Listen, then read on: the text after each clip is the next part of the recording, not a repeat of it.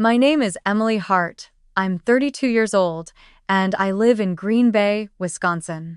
For the past 10 years, I have worked 80 hours a week in my family's metal shop, no paycheck, no insurance, just the promise that one day I would inherit the legacy my grandfather built with his bare hands. Every burn, every scar, every sleepless night in front of the CNC machines felt worth it because I believed I was earning a future.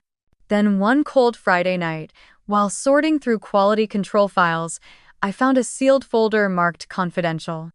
Inside were transfer documents giving full ownership of the shop to my sister's husband, a man who barely knows the difference between steel and aluminum.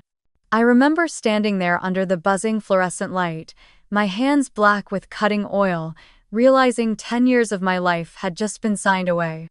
I quit the next morning. 1 week later, my father called, his voice trembling through the phone. "Emily, our biggest client, Steel Core Dynamics, is about to leave. Please, we need you back." I took a slow breath and answered, steady and calm. "Let the air handle it." Have you ever been underestimated simply because you're a woman doing a man's job? Tell me where you're watching from. I grew up in the hum of machines and the smell of cutting oil in a world that never really slept. The industrial zone near the bay was a maze of concrete, sparks, and men in stained coveralls yelling over the roar of compressors.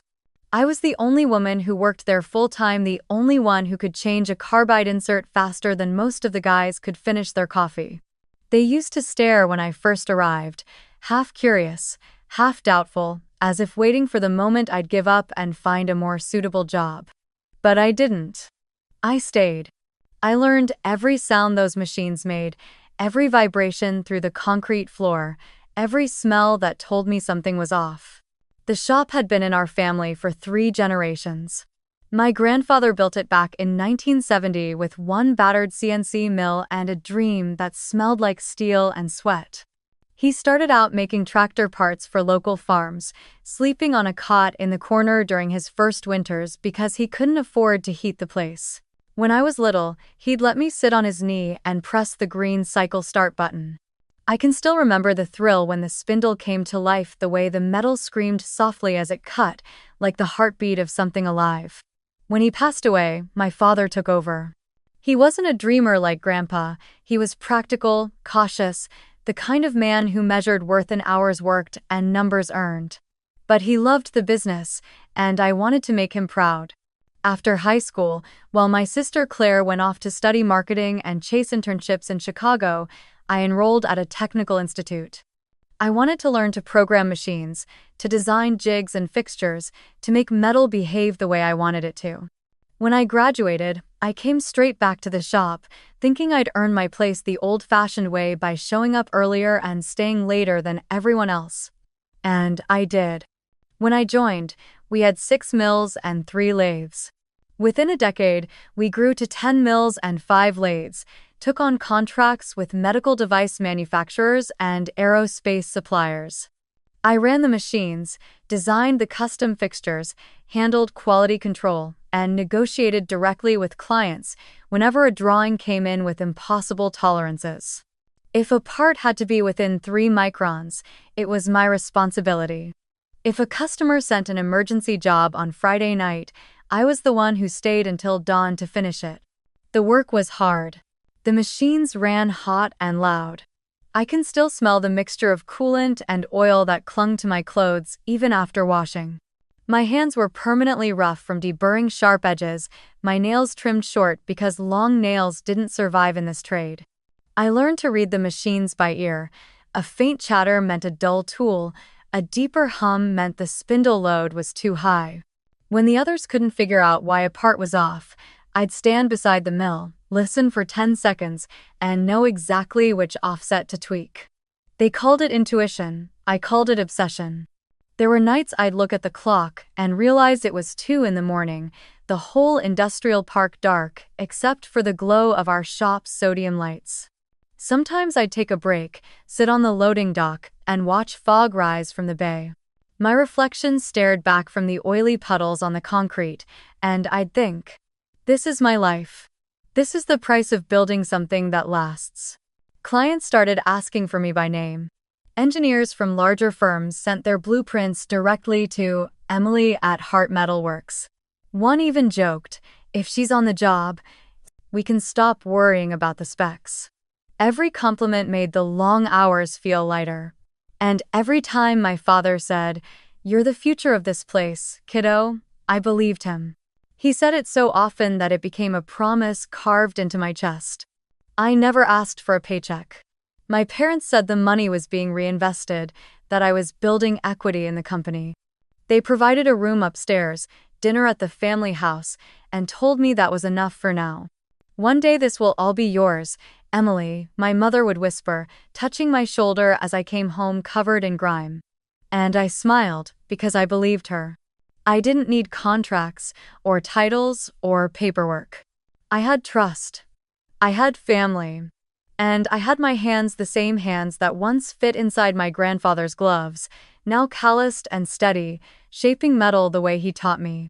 For 10 years, I gave that shop everything I had, every hour, every ounce of energy, every part of me that could still move after the sun went down. 80 hours a week, sometimes more. The machines didn't stop, and neither did I. I woke up before dawn, my alarm blaring at 4:30 a.m. And the first thing I did was stretch my back, which had started aching before I even turned 30. By 5, I was already at the shop, the lights flickering on one by one, the cold air thick with the smell of metal dust. I would prep the CNC mills, load programs, calibrate offsets, and by the time anyone else showed up, the first run was already complete. No one ever asked me why I worked so hard, because everyone already knew the answer or thought they did. "You're doing it for yourself," my father would say with that tone of patient authority, like he was handing me wisdom. "You're building your own future. Remember, Emily, this is all for you." My mother would nod beside him, a soft smile on her face. "One day, sweetheart, when it's yours, you'll be grateful you stuck it out." So I believed them. I believed that the long nights, the skipped dinners, the birthdays spent at the shop were all part of some greater plan that would one day make sense. The truth is, I didn't have a life outside those walls. My friends stopped inviting me out years ago, after hearing "I can't make it" too many times. I missed weddings, holidays, even my sister's baby shower. When I wasn't at the shop, I was asleep, and when I wasn't asleep, I was thinking about the shop. I ate standing up most days, usually cold leftovers balanced on a tool cart between machine cycles. My hands were cracked from coolant and metal dust. My hair, once long and shiny, was constantly singed from welding sparks, uneven where it had burned off near the ends. I had scars on my forearms from hot shavings and tiny burns that never healed quite right. My nails were split and gray from the oil, but I wore them like medals. There were days my body begged for rest. My lower back throbbed like a warning light I never turned off. I would lean against a workbench for a moment, stretch until I felt the vertebrae pop, and then go back to loading stock. I told myself pain was proof I was earning something. When exhaustion blurred my vision, I reminded myself, "You're the future of this place." That was the phrase my father used the most, and every time he said it, it felt like a promise I couldn't afford to break. Vacations weren't part of my vocabulary. When the crew took time off, I covered their shifts. "The business can't run without you," Dad said once, half joking. I smiled, not realizing it was truer than he meant. When I finally took one weekend to visit an old college friend, I came back to find 2 jobs behind schedule and a mess of broken toolpaths. My father shook his head. "See what happens when you're gone?" From then on, I never left again. I told myself it was loyalty. Deep down, it was fear that if I wasn't there, they'd find a way to prove I wasn't needed. Love was another casualty. I tried dating once a civil engineer named Mark, first met through a supplier. He was kind, patient, and fascinated by what I did. But after a few months of canceled dinners and rescheduled weekends, he stopped calling. I didn't blame him. I couldn't even promise him a Friday night without my phone buzzing with an urgent call from the shop. Once, I remember standing outside by the loading dock, phone pressed to my ear, the night air cutting through my jacket while I tried to explain to him why I couldn't come over. "You always say you're almost done," he said quietly. "But you never are." He was right, I never was. The shop became both my cage and my cathedral. Every time I heard the steady hum of the machines, it felt like purpose. Every time I wiped sweat from my forehead and looked at the finished parts gleaming under the lights, it felt like pride. And when my parents walked through the door, smiling at the efficiency reports, it felt like approval, the kind of approval I had spent my entire life chasing. I thought if I worked hard enough, if I became indispensable, they would see me not just as a daughter, but as an equal. There were small moments, though, when doubt crept in. Like when my father handed my sister a check for helping with marketing, even though she hadn't stepped foot in the shop for years. Or when my mother said, "You know, Chad might take the business to another level once he gets more involved," and my stomach tightened, though I didn't yet understand why. I pushed the feelings down. Family was family. I told myself not to compare. At night, when I finally lay in bed, my body sore and hands still smelling faintly of aluminum, I'd stare at the ceiling and imagine the future they kept promising, my name on the sign outside. My team working under me, maybe even a small office with windows. It was enough to make the fatigue bearable. I told myself that people like me didn't need recognition right away. I believed that merit, like gravity, would eventually pull things into balance. But it never did. Looking back now, I think my biggest mistake wasn't working too hard. It was believing that fairness would just happen on its own, that love and loyalty would naturally lead to justice. I thought if I became the best, if I carried every burden, if I proved myself beyond question, they would have no choice but to give me what I'd earned. I was wrong. In a family business, merit doesn't always win. Sometimes it's silenced, sometimes it's quietly replaced. And sometimes, you don't realize you've been erased until it's already too late. It was around 2020 when Chad Walker entered my life, or rather, invaded it. He came in wearing pressed shirts, polished shoes, and that practiced confidence of someone who's read more business books than he's lived real days in a factory. My sister Claire brought him home for dinner one evening, her voice practically glowing as she introduced him. "Chad just finished his MBA at Northwestern. He's brilliant, Emily. You'll love how his mind works." Brilliant. That word lingered in the air like a bad perfume. It was the same word people used when they didn't have evidence of actual skill. I shook his hand that night across the dinner table, his grip too firm, his smile too white. "So you're the engineer," he said, like I was some novelty item he'd just discovered. "That's impressive. Women in manufacturing, that's rare." I forced a smile. I'd heard that line before, just not in such a patronizing tone. A few months later, my parents announced that Chad would be joining the family business to help modernize operations. Supposedly, he was there to digitize the process, build the brand, and develop new partnerships. The truth? He spent his first week walking around with his phone, taking photos of machines he didn't understand, posting them on the company Instagram with captions like, "Innovation never sleeps," or "Another successful day at Hart Metal Works." The comments were mostly bots, but my parents were ecstatic. "Look at the engagement," my mom said, eyes shining. "He's bringing us into the modern age." Meanwhile, I was crawling under a CNC lathe that had just jammed, covered in oil and metal dust. I remember looking at him across the shop, me in heavy gloves, sweat pouring down my neck, him sipping a $10 latte, scrolling on his tablet, and realizing how differently the same word work could look. Chad's schedule was generous.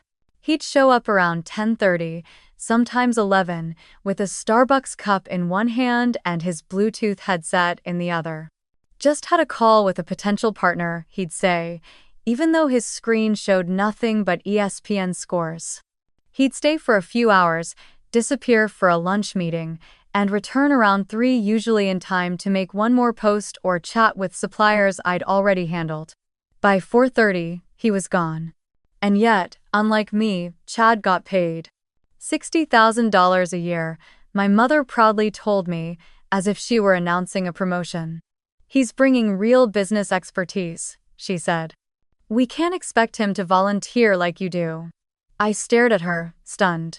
I'd worked 10 years without a single paycheck, 10 years of grinding, bleeding, missing holidays, and now they were cutting checks for a man who didn't even know what G-code was.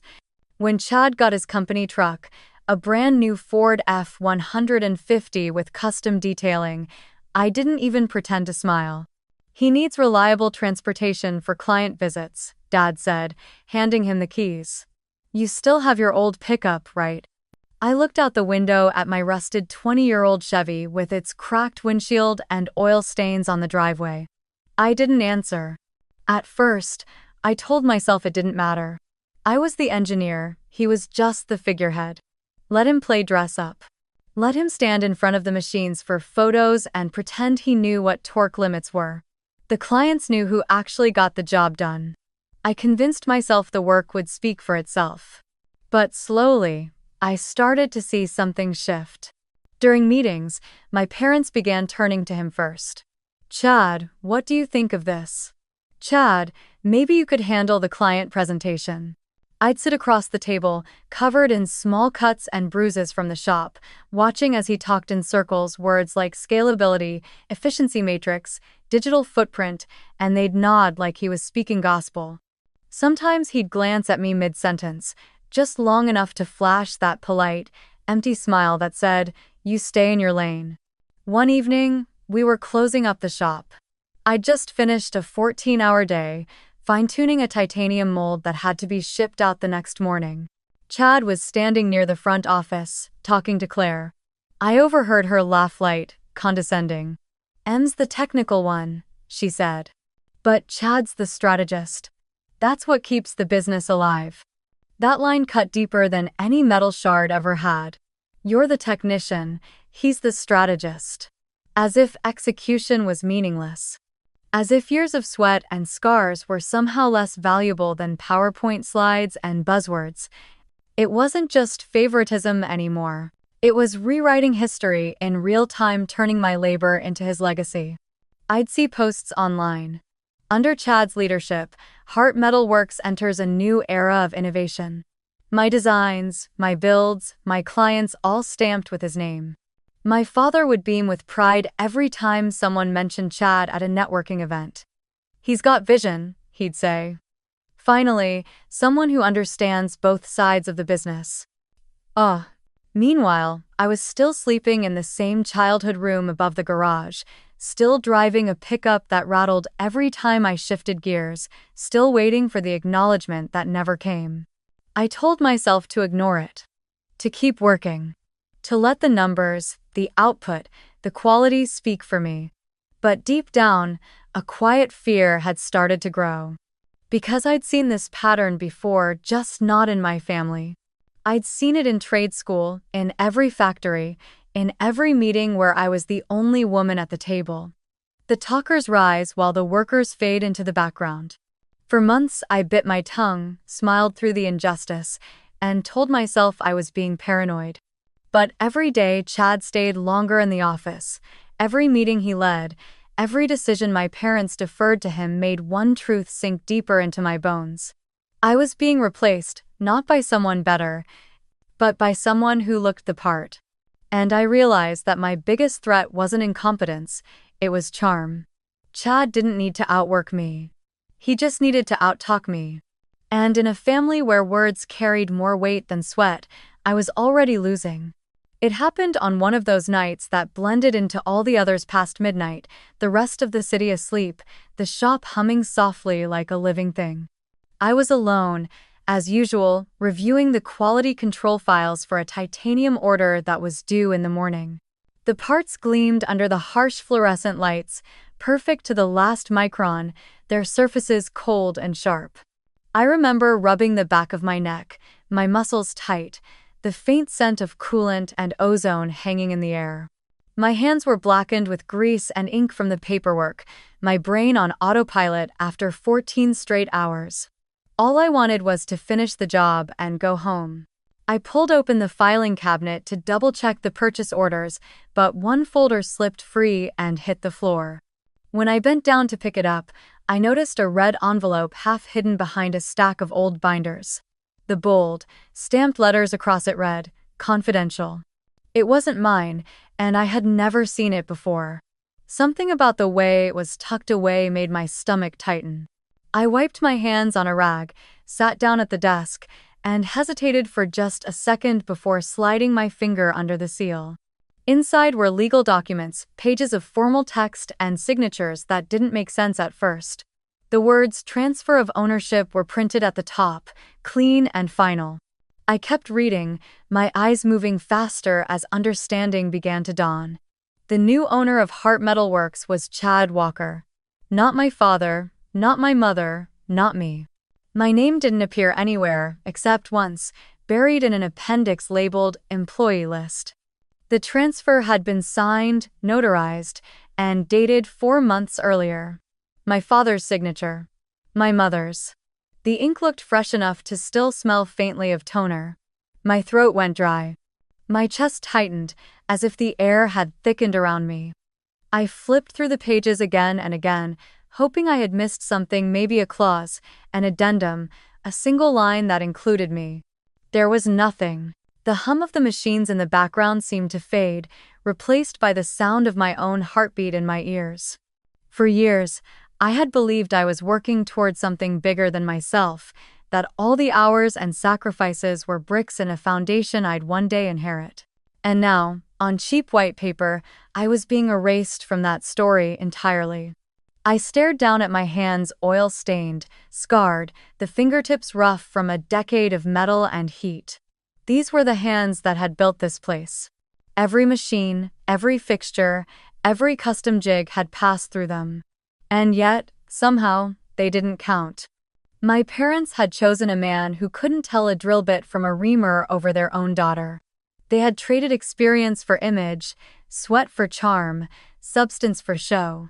The anger came fast, raw, and hot.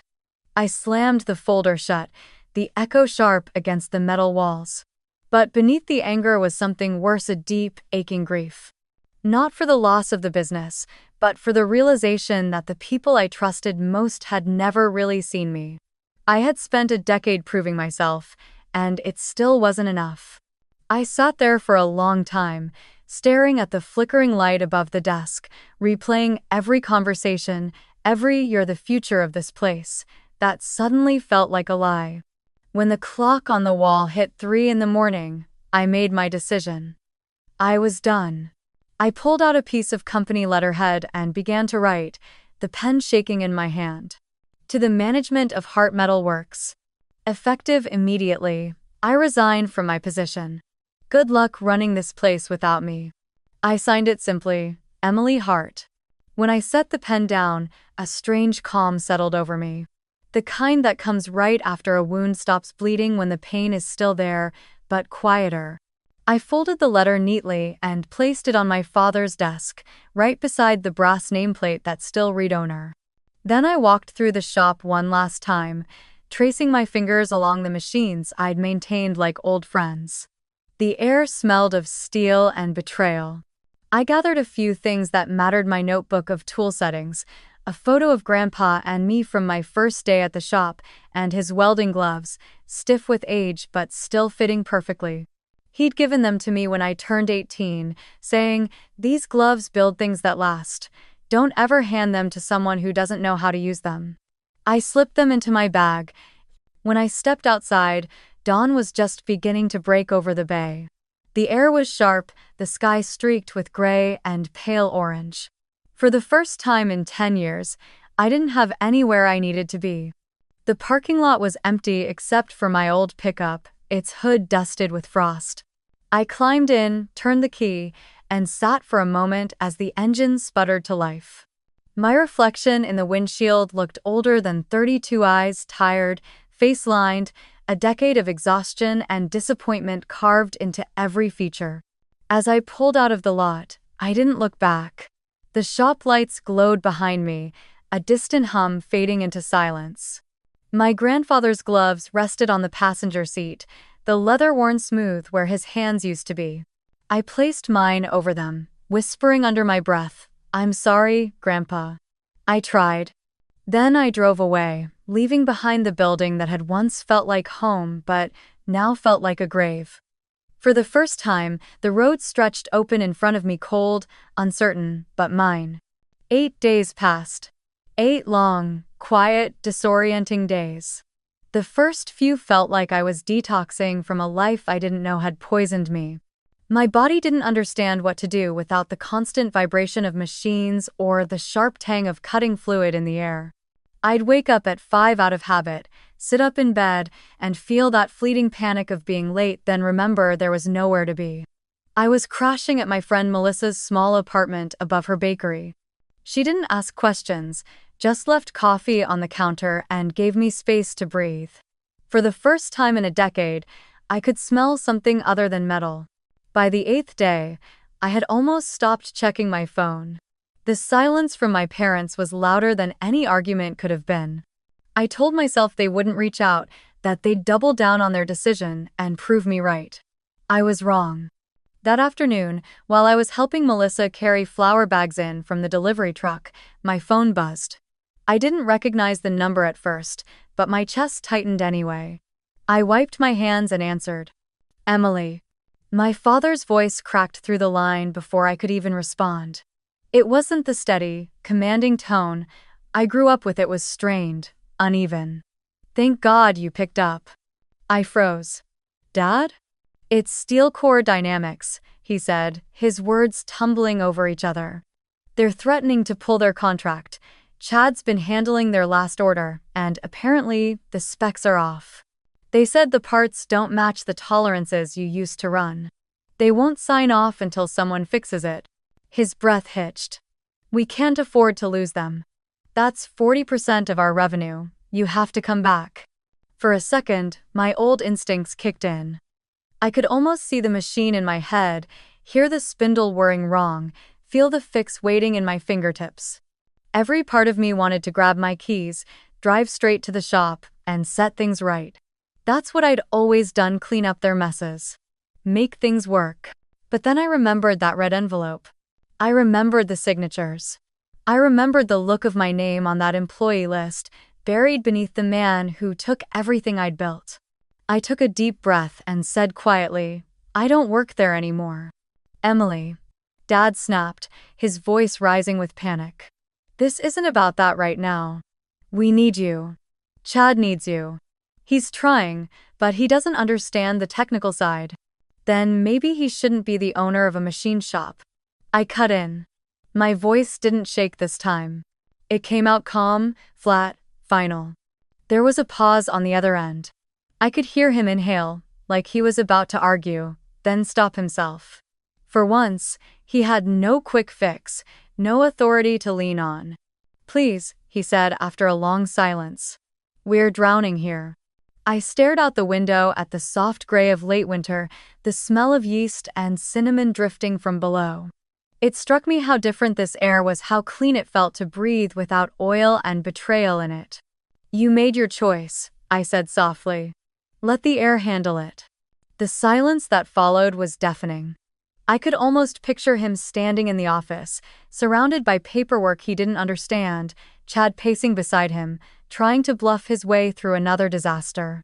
When he didn't answer, I added, "Good luck, Dad." Then I hung up. For a moment, I just stood there, the phone still in my hand, my heart pounding so hard it hurt. Not from fear this time, but from something sharper, something that felt like power. I turned the phone face down on the counter and exhaled, realizing my hands were shaking.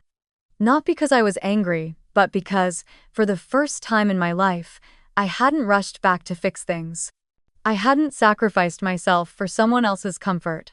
For 10 years, every boundary I'd had was blurred by obligation and guilt. But that one phone call, the plea in my father's voice, the quiet click of ending it became the line I'd never cross again. I wasn't their safety net anymore.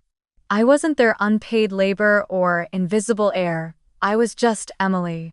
And for the first time in a decade, that felt like enough. It was a gray Sunday morning, the kind where the sky looks like brushed metal and the air smells faintly of rain. I had stopped at Miller's Diner, a small place on the corner of Jefferson Avenue, the kind of spot that still served coffee in chipped mugs and played soft country music through an old radio. I sat in my usual booth by the window, eating scrambled eggs and toast, trying to convince myself that this was what peace looked like: quiet, unremarkable, ordinary.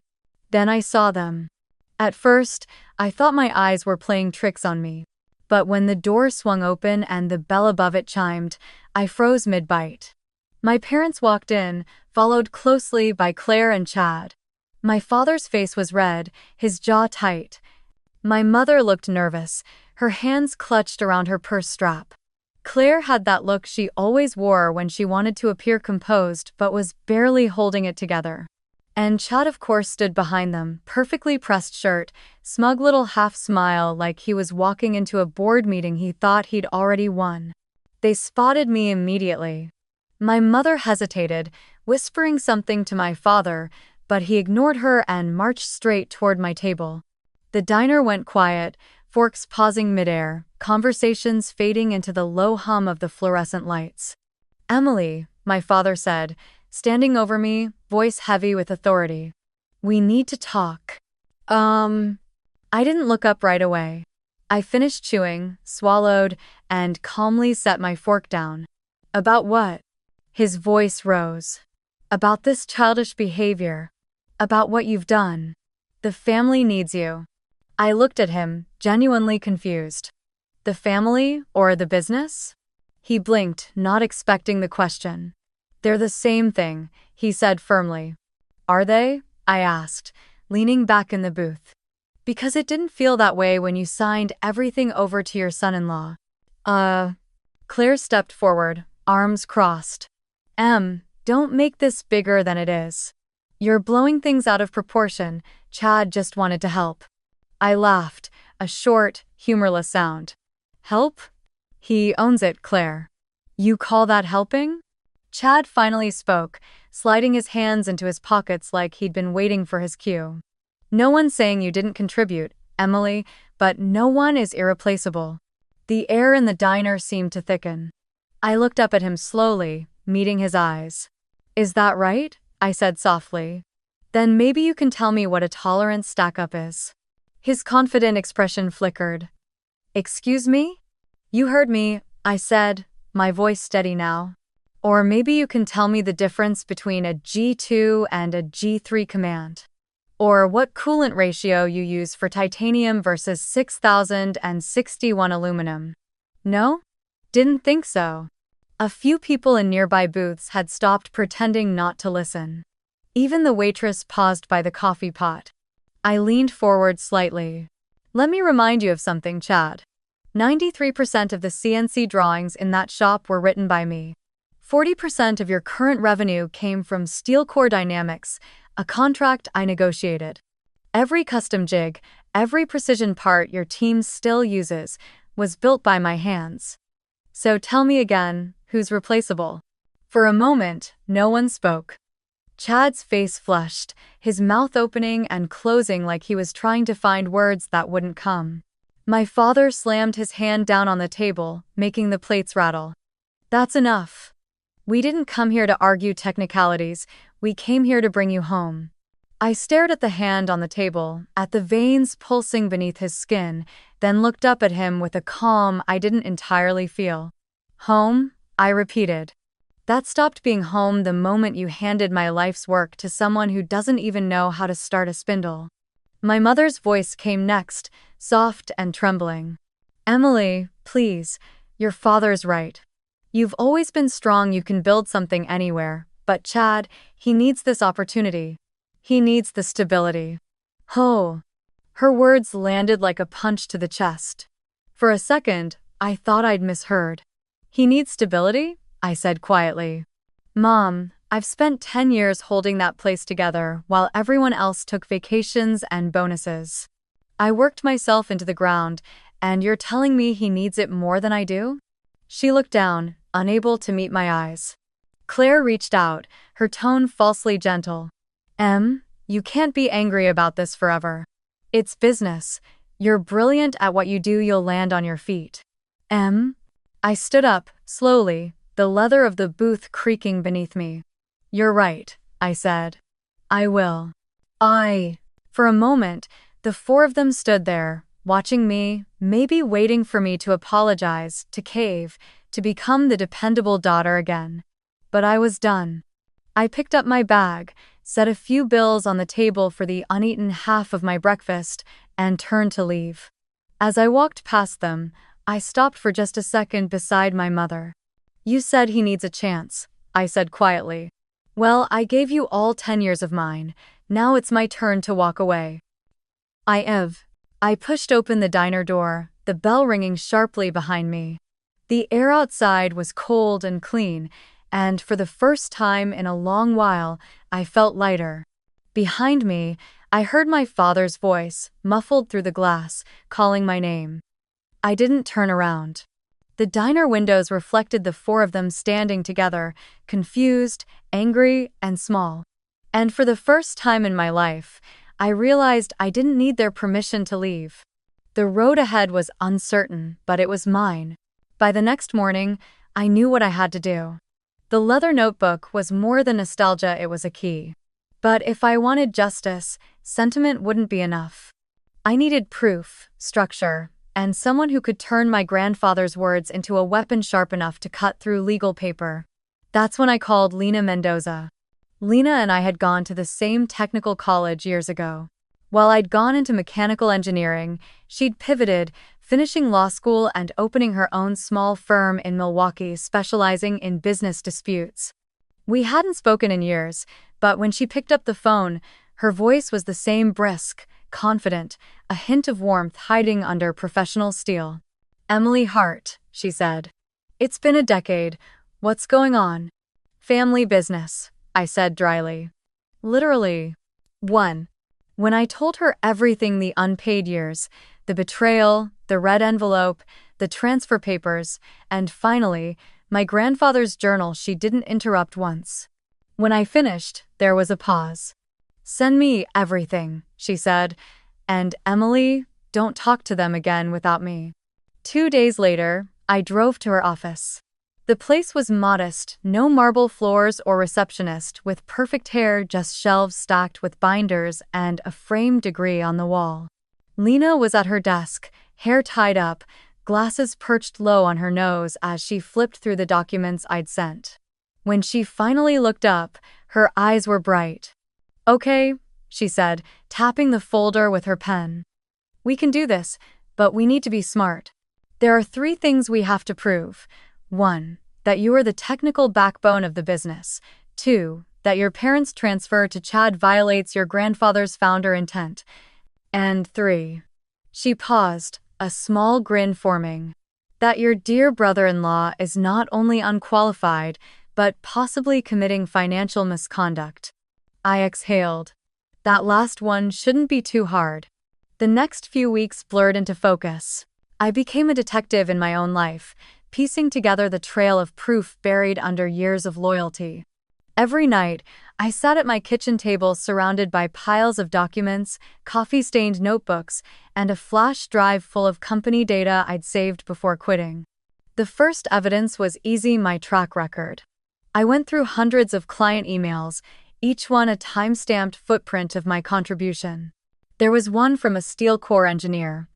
Emily's precision saved our project. If she hadn't caught the misalignment, we'd have lost the entire prototype batch. Another from Aerodynamics Corp. Emily, your tolerance corrections are the reason we renewed this contract. Then came the numbers. Using spreadsheets I'd built years ago, I charted the company's growth during my tenure. In 10 years under my technical leadership, revenue had climbed 180%. Before that, barely 30%. The data spoke louder than any defense my parents could fabricate. But what sealed the pattern wasn't my success, it was Chad's failure. One night, Lena called me after reviewing some of the financial statements I'd found on an old company drive. Emily, she said, her tone almost amused, your brother-in-law might just hand us this case himself. The company credit card history read like a parody. Thousands of dollars in client entertainment that coincidentally matched dates of Packers games. A $3,000 charge for networking dinners in Miami during a week when no trade conferences existed. And my personal favorite, a $5,000 home theater system labeled as office equipment, shipped directly to Chad's address. When Lena saw the list, she shook her head. You can't make this up. He's a walking audit violation. Still, she wanted more. We'll need internal witness statements, something from people who've worked under both of you. Bonus points if they've seen him screw up firsthand. That's when I called David Klein, one of the oldest machinists still working at the shop. He'd started under my grandfather in the late 80s and stayed long enough to see every era of the business, the expansion, the modernization, and now the decay. When I met him at a small coffee shop downtown, he looked older but just as solid, thick hands, gray beard, and the kind of quiet honesty that never aged. I heard what happened, he said, shaking his head. Your grandfather would be sick over it. He reached into his jacket and pulled out an old file folder. I've been cleaning my garage. Found these contracts your granddad wrote himself. Look at the language. See how, over the years, he starts adding words like team share, collaborative ownership, collective equity. He was moving toward fairness, Emily, not hierarchy. I flipped through the documents, feeling my throat tighten. He really meant it, I whispered. David nodded. He used to say it all the time, Emily's got my hands and my heart. She'll carry the shop forward one day. I never forgot that. When I brought the folder back to Lena, she smiled for the first time since we started. This, she said, holding up the page with Grandpa's evolving contract clauses, is gold. Founder intent, documented progression, direct testimony from someone who worked beside him. Combined with your grandfather's journal, it's airtight. I stared at her, disbelief and relief fighting for space in my chest. So, we have enough. Lena closed the folder and leaned back in her chair, her expression firm. We have more than enough. The technical evidence proves your contribution. The financial records bury Chad, and your grandfather's words, they give us moral gravity the court will respect. She paused, then smiled faintly. Get some rest, Emily. Because the next time you walk into that building, it won't be as an employee. It'll be as the rightful heir of its soul. For the first time in months, I slept through the night. And when I woke up, I didn't feel small or erased anymore. I felt ready. The courthouse in Green Bay was a tall, gray building that looked like it had never known warmth. The steps echoed under my boots as I climbed them, my pulse steady but my stomach tight. Inside, everything smelled faintly of coffee and paper, sterile, formal, unbending. I spotted Lena near the end of the corridor, sleek in a navy suit, flipping through our files with calm precision. She looked up, saw me, and gave a short nod. You ready? She asked. As I'll ever be. She smiled slightly. Good. Because today, you stop being the invisible worker. Today, they finally have to look at you. End of frail. The courtroom was packed. Local press, a few old clients, even some former employees who'd heard about the case. My parents sat at the defendant's table beside Chad, who wore an expensive gray suit and the smug expression of a man convinced he could talk his way out of anything. My mother refused to meet my eyes. My father stared straight ahead, jaw tight. Judge Harris entered, a man in his 60s with sharp eyes and the posture of someone who'd seen every kind of human foolishness. When he spoke, his voice carried like iron. Case number 24-315, Hart versus Walker. Let's begin. Lena rose first. Her voice was steady, crisp, and deliberate. Your Honor, this case is not about inheritance. It's about integrity. It's about a woman who gave 10 years of her life to a business built by her grandfather, only to be erased from its future. We will show that Emily Hart was the technical and operational core of Hart Metal Works, that the transfer of ownership to Chad Walker violated documented founder intent, and that Mr. Walker is unfit to run the business due to both incompetence and financial misconduct. Then she began the presentation. She projected the first exhibit onto the screen, a page from my grandfather's leather notebook, the handwriting elegant and firm. Whoever builds with their hands and mind owns a piece of the workshop's soul. The courtroom was silent as the words hung in the air. Next came the photographs, my 12-year-old self welding under my grandfather's supervision, rows of machines I had calibrated, client thank you emails praising my precision. Then spreadsheets 10 years of data showing the company's 180% growth during my leadership of technical operations. Finally, the financial statements, each one with highlighted charges. Packers tickets, a business retreat in Miami, a $5,000 home theater system labeled as office equipment. The audience murmured when Lena said softly, all charged to company funds. When it was my turn, she called me to the stand. My palms were cold, but my voice was steady. I described what the last decade had looked like: 80-hour weeks, oil burns, sleepless nights, fixing machines that others couldn't. I thought I was investing in my future, I said quietly. My parents told me I was working for something that would one day be mine. I didn't realize I was building a throne for someone else. Then came Chad's turn. He strutted to the witness stand, flashing his practiced smile to the room. His lawyer, a man from Milwaukee with a slick tie and a smooth voice, began gently. Mr. Walker, could you explain your role at Hart Metal Works? Chad straightened his shoulders. I modernized the company's marketing, introduced digital strategy, and brought us into the 21st century. Before me, there was no online presence, no outreach. Lena stood up. Cross-examination, Your Honor? Judge Harris nodded. Proceed. She approached slowly, like a surgeon preparing an incision. Mr. Walker, she said, you claim to have modernized operations.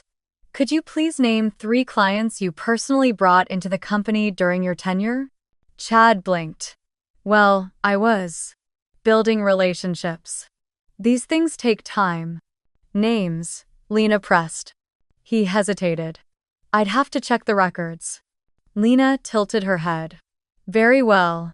Then, for the record, can you describe the process of setting up a CNC mill for a precision titanium order? A pause. Then, that's not really my area of focus. I delegate that to the operators. Lena's tone didn't change. And yet you are the sole owner of a machining business, correct? He shifted in his seat. Yes, but I handle the big picture. Leadership isn't about. She cut him off. What was the company's quarterly revenue as of last quarter? He frowned. Well, again, I'd need to confirm. So you don't know the answer? Not off the top of my head. Lena turned to the judge. Your Honor, this man cannot name a single client, cannot describe the process that produces his company's product, and cannot identify basic financial metrics. Yet he claims to lead this business. She faced Chad again, voice like ice. Mr. Walker, a company cannot be led by someone who doesn't understand how it runs. The courtroom was silent except for the faint squeak of the judge's pen as he took notes. When Lena sat down, I caught the faintest flicker of panic cross my father's face. My mother reached for his hand, but he pulled away. For the first time, they looked unsure, not angry, not defensive, just small. After a brief recess, Judge Harris turned to me. Miss Hart, before I render my decision, would you like to make a final statement? I stood. My legs trembled, but my voice didn't. Your Honor, I'm not here to reclaim property, I'm here to reclaim truth. My grandfather believed that work gives people dignity, that what you build with your hands and your heart belongs to you, at least in spirit. I don't need the company, I don't need the name. I just want his intent honored. And I want to stop men like Chad from turning honest labor into someone else's profit. For a long moment, the judge said nothing. He looked down at the notebook in front of him, then at me. Thank you, Miss Hart. When I sat back down, Lena whispered, that was perfect. Oh. And as the gavel struck, signaling that judgment would be delivered in 3 days, I realized something profound. Win or lose. I had already done what my grandfather had wanted me to do. I had stood my ground with both hands steady and my heart unshakably my own. 3 days later, I stood once again in that cold, echoing courtroom, my palms damp but my heart steady. The air felt heavier than before, that quiet, suspended kind of stillness that comes right before something irreversible. My parents sat a few rows ahead, Claire beside them, her arms folded tightly, eyes red as if she hadn't slept. Chad stared straight ahead, jaw tense, his arrogance finally cracked. When Judge Harris entered, everyone rose. He settled into his chair, adjusted his glasses, and glanced over the thick stack of files in front of him: my grandfather's notebook, Lena's evidence binders, the company ledgers, the photographs. His voice, when it came, was low but carried through the room like a verdict written in stone. "I have reviewed all evidence and testimony presented in this case," he began. "This matter concerns not merely a business transaction, but the question of legacy and the responsibilities that come with it." He paused, scanning the courtroom before continuing. "The late founder of Hart Metal Works, Mr. Robert Hart, left behind clear written philosophies reflecting his belief that ownership should align with labor and contribution.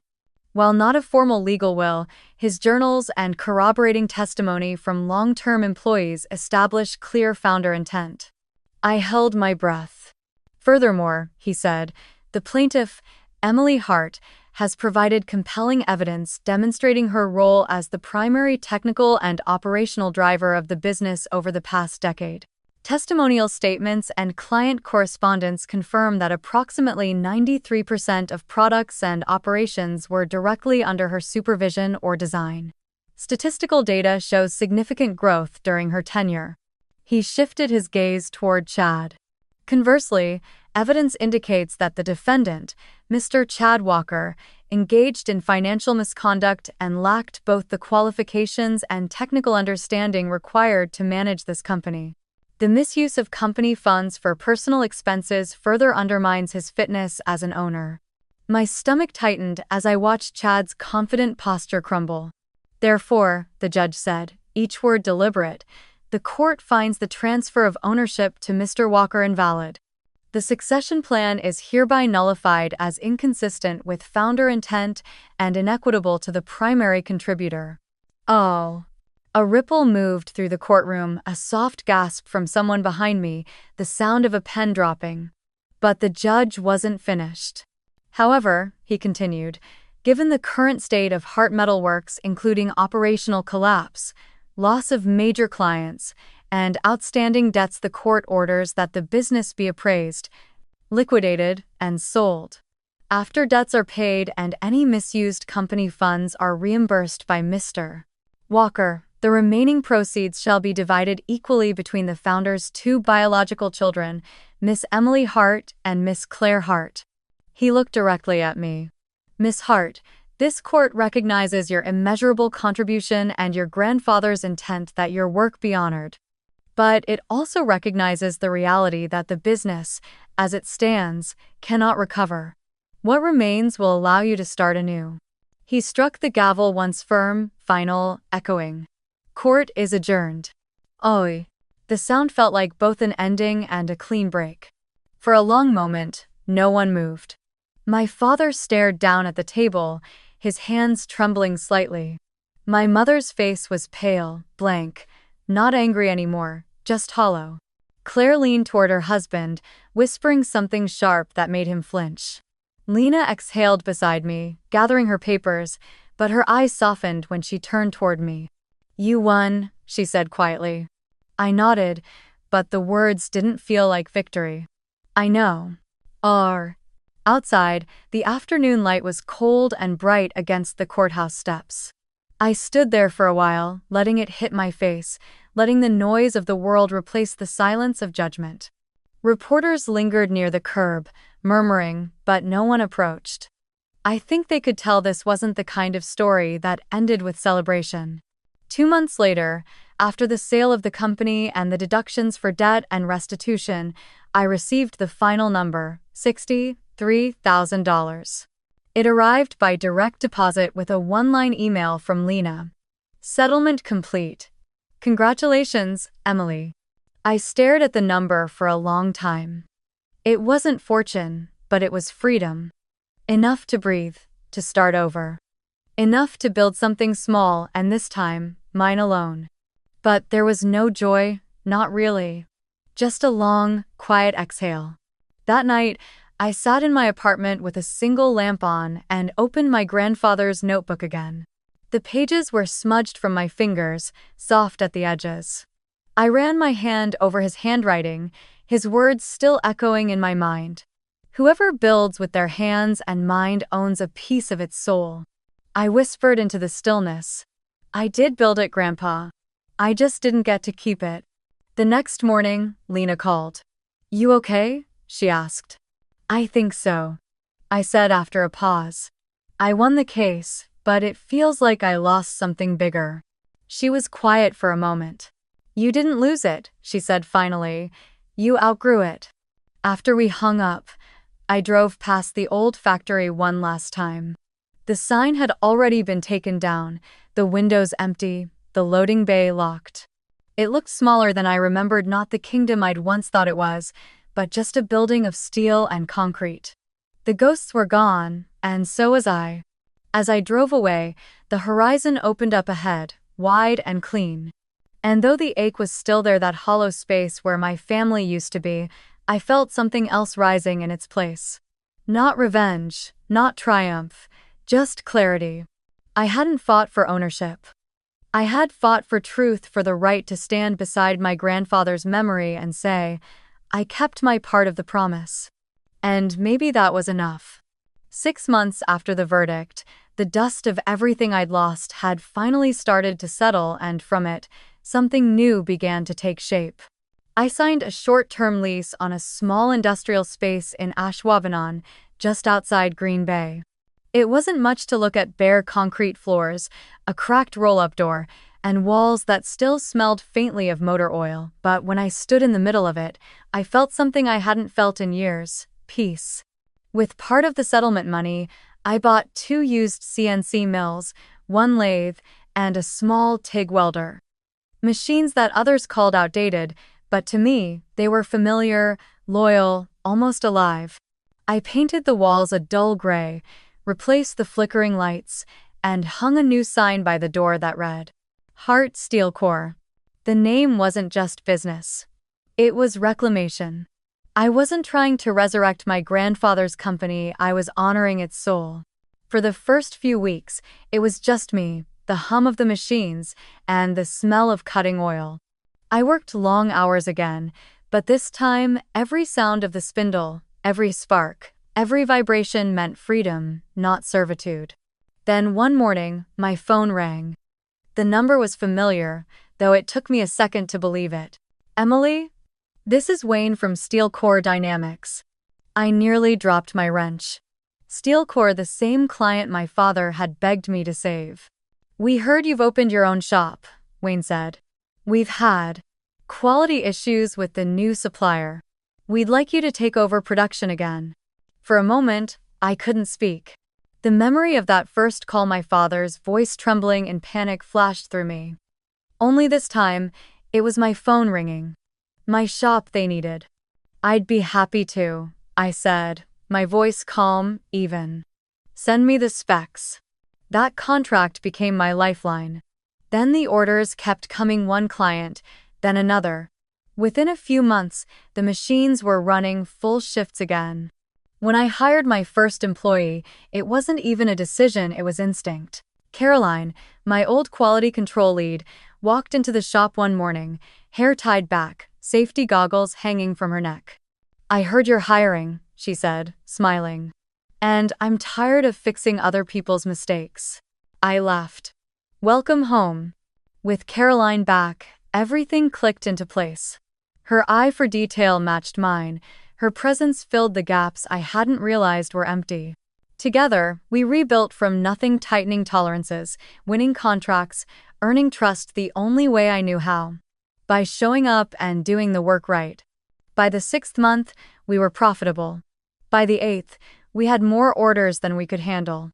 The sound of metal cutting through metal, once a symbol of exhaustion, had become music. 1 year later, I got another call, this time from a man named Andrew Harland, the new owner of the old Hart Metalworks property. "We're liquidating the remaining equipment," he said. "I heard you used to work here. Thought you might want first pick before we scrap it all." A strange ache stirred in my chest. "I'll come by," I told him. The building looked different when I pulled up, emptier, hollowed out. The big sign had been taken down, the offices stripped bare. Dust floated in thick beams of light spilling through the high windows. Rows of machines stood quiet, like old soldiers waiting to be put to rest. Andrew led me through the floor, pointing out what was left. "Most of this is outdated," he said. "We'll probably just auction it off. But there's one old CNC mill in the back corner, your grandfather's, I think. We were going to scrap it. The thing barely runs." When I saw it, I froze. There it was. The first machine my grandfather had ever bought.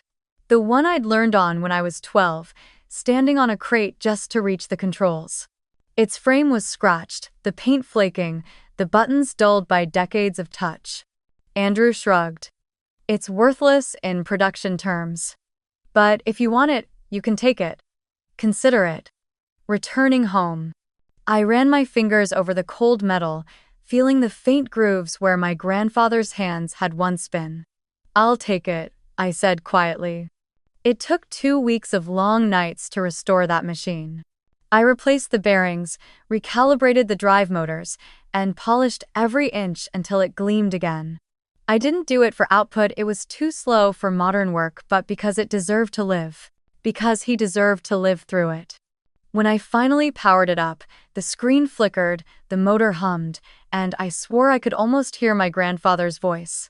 "Listen to the rhythm, Emily. The machine always tells you what it needs." There. I placed the old mill in the brightest corner of my new shop, where the morning light hit it first. That became my favorite spot, the soul of the place. One afternoon, David, the retired machinist who had testified for me, stopped by. He stood silently for a long moment, eyes tracing the familiar shape of the machine. Then he reached out, placed his weathered hand on its frame, and smiled. "Your grandfather would be proud of you," he said softly. I nodded, swallowing the lump in my throat. "I don't need them to admit it anymore," I said. "I have my own shop now, and it still carries his name." He smiled, eyes misting. "That's how legacy really works, kid. You don't inherit it, you rebuild it." That night, after everyone left, I turned off the lights, leaving only the glow of the old CNC mill in the corner. The hum of its motor filled the silence like a heartbeat. I closed my eyes, letting the warmth of it settle through me. Fairness doesn't always come from those who share your blood. Sometimes, it's forged by your own hands when you finally claim what you deserve. Build your own table. And when you do, open it for those who were once left outside. Have you ever been overlooked or dismissed in your own family or your own work just because they didn't believe you could do it? Tell me where you're watching from.